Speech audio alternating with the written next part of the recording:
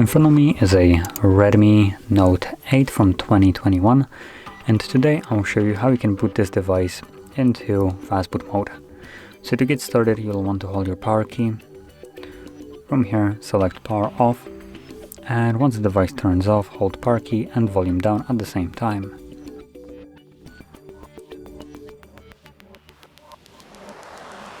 And there we go. As you can see, we are now in Fastboot mode.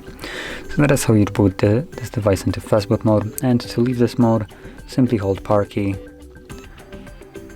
And you want to hold it basically as long as it takes for this to disappear.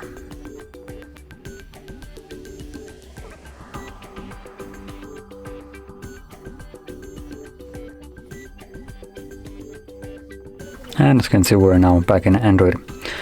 So, if you found this video helpful, don't forget to hit like, subscribe, and thanks for watching.